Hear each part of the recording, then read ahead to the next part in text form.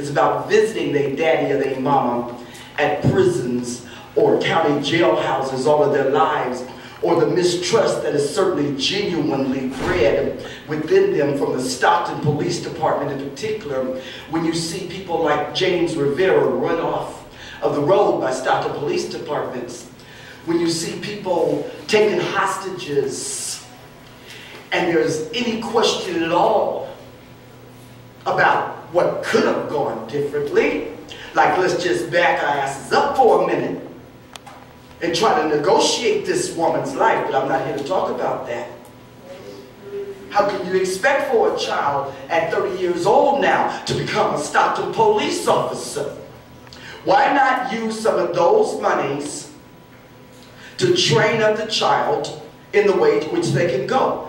Why not use Sierra Vista Gym to recruit them to have little ROTCs at? Why not some of us go into the middle schools and the high schools? Let's use some of that money so that our future is guaranteed. But we certainly want some of them people to be black police officers, and I'm going to say it every time I get a chance.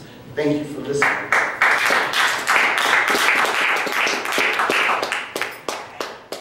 Thank you, Cynthia.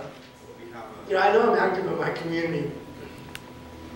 But this is something that I've never experienced. It's really been bugging me. My family, my girl, my kids. But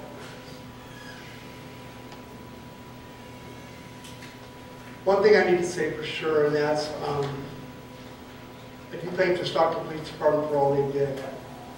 I just thank the chief this morning for that as well. Our robbery has gone bad over nothing.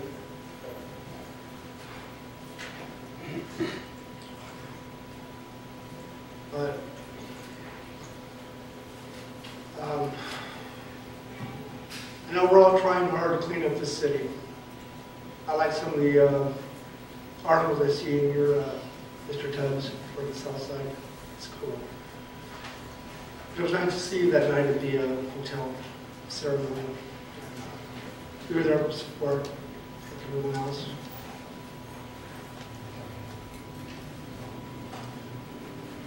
I know this is still fresh for everybody, but I'm just really angry. I'm just really,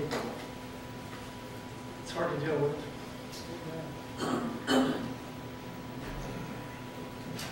Now, I don't know what the whole scenario about really the Rivera family, but I'm kind of been working with them and supporting them as well. So please, whatever you do, don't take that long.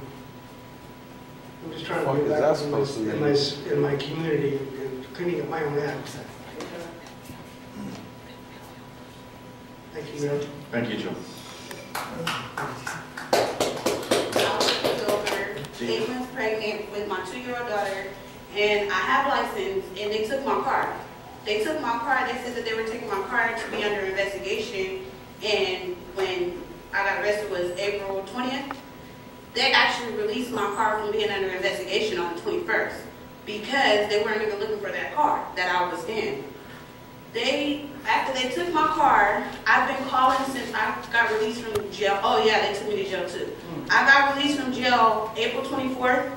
I was calling and calling and calling about my car. They told me that my car was under investigation and they would let me know when at court.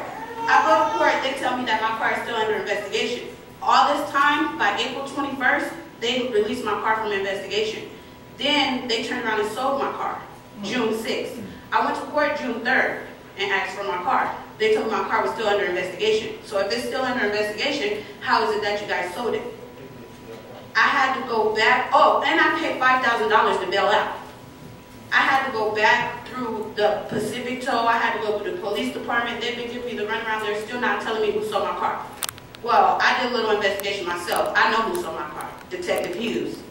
He sold my car and let them, he told Pacific Tow on the 19th of June, I believe, that it was okay to sell my car. Why is it okay to sell my car?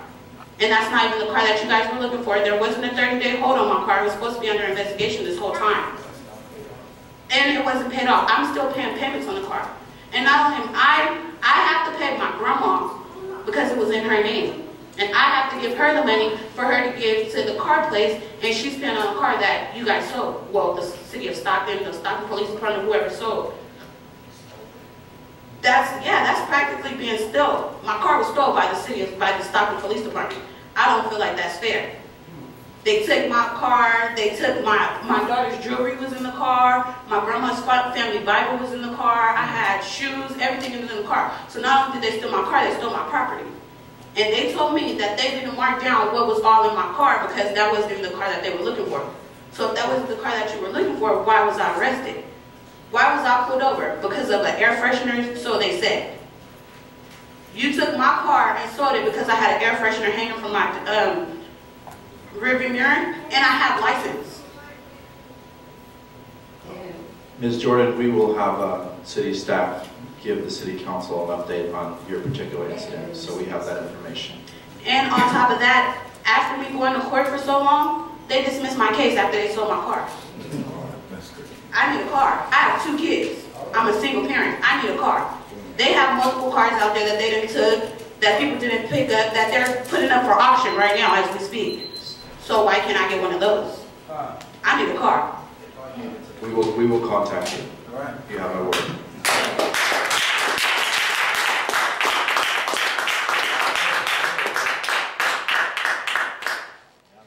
I'm from the city of Oakland. I'm a resident of the state of California. Recently, what I've been seeing is a major misconduct being done by the police department, especially by the Stockton Police Department. Since since April 10th, March, we've been coming out here. The Stockton Police Department has had at least 4 murders already.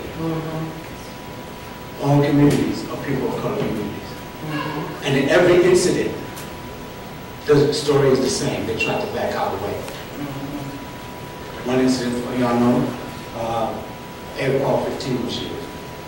And this is within communities all across the United States, and it's going on in Gaza right now by Israel. We're all connected in a way. And if we are not angered by the situation that's going on, and then on top of that, the officers that are involved in killings are involved in another incident that causes another killing. These are incidents that are very detrimental to our communities. And we're sitting up there, you guys are elected officials by the people of the community that are getting affected. It's on you two guys to straighten the cops out, make sure that they are held accountable. And that's all, and these people are going to continue to fight for justice, and we are going to continue to come out. And these youngsters, the sister that just walked up here, it's not just talking her, but other ones. And the reason that these youngsters are being targeted is that because they have been out there standing up against brutality. These brothers are being caught up at the park, out riding their bikes, or driving their car. These officers are recognizing them, targeting them. And this is, it's a shame on these departments. And it's a shame on the elected officials that are sitting up there. But you guys remember how it was being fought for. The rights that you guys are up there with. You're sitting up there and we're still suffering. How can we do that?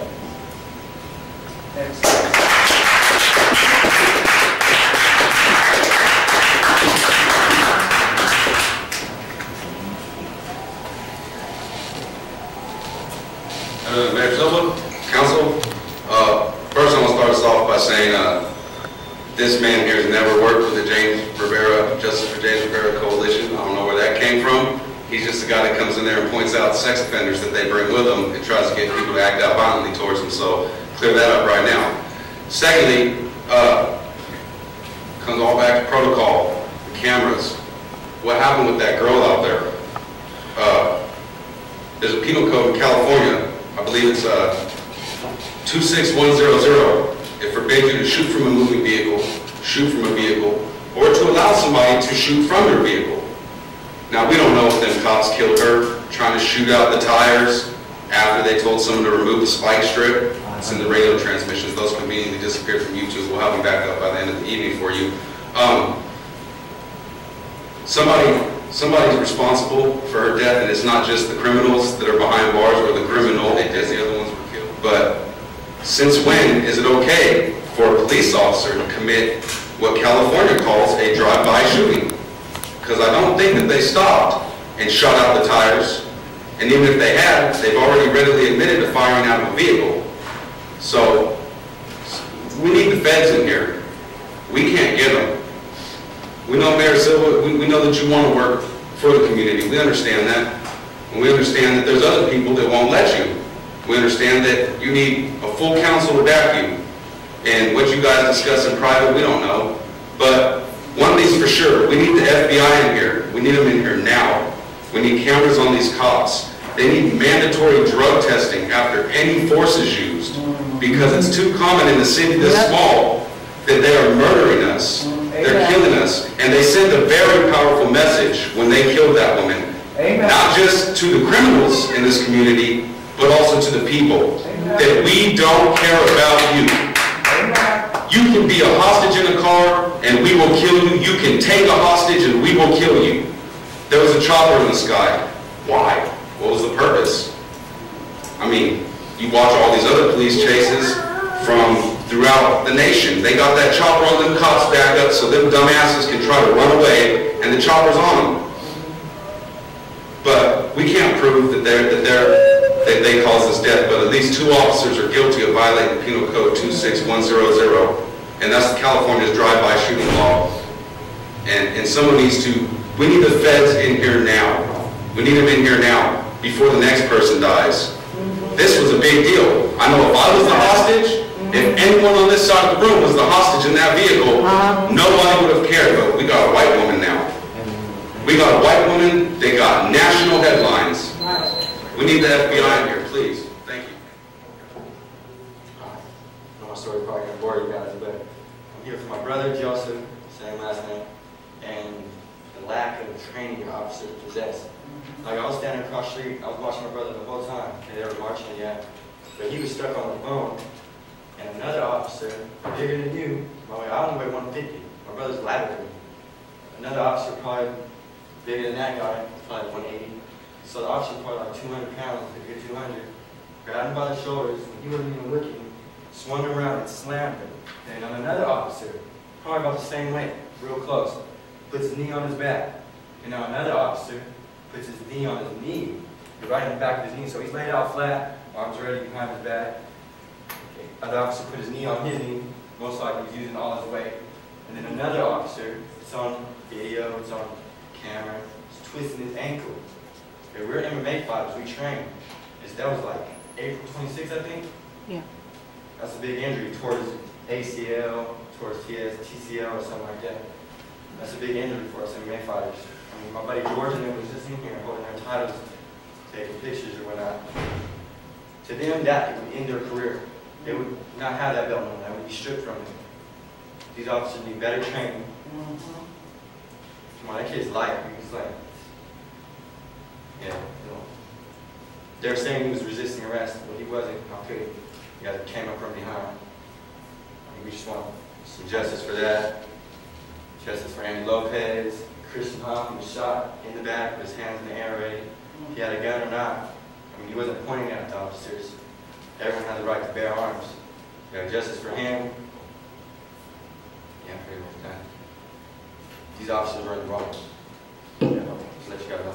And you know, I've lived in Stockton my whole life, walking around the streets my whole life, never been in gangs there, I have no problem. And you know, I joined the Justice for James Rivera, and ever since then I've been targeted, harassed, stalked by Stockton police officers. Dee Wells himself, he ran into my house with no warrant, you know, snatched my camera away from me, and then threw me on the ground and handcuffed me.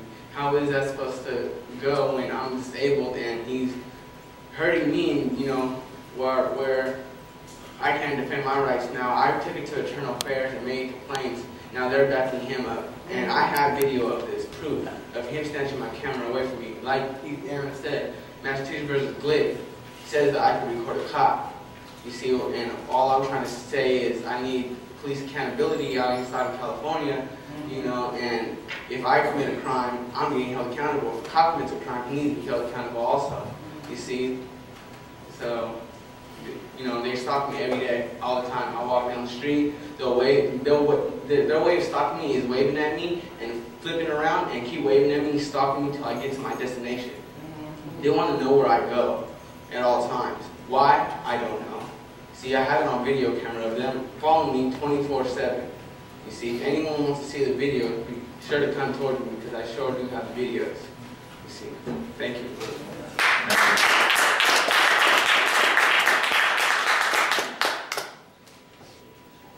Okay, that takes us to the consent.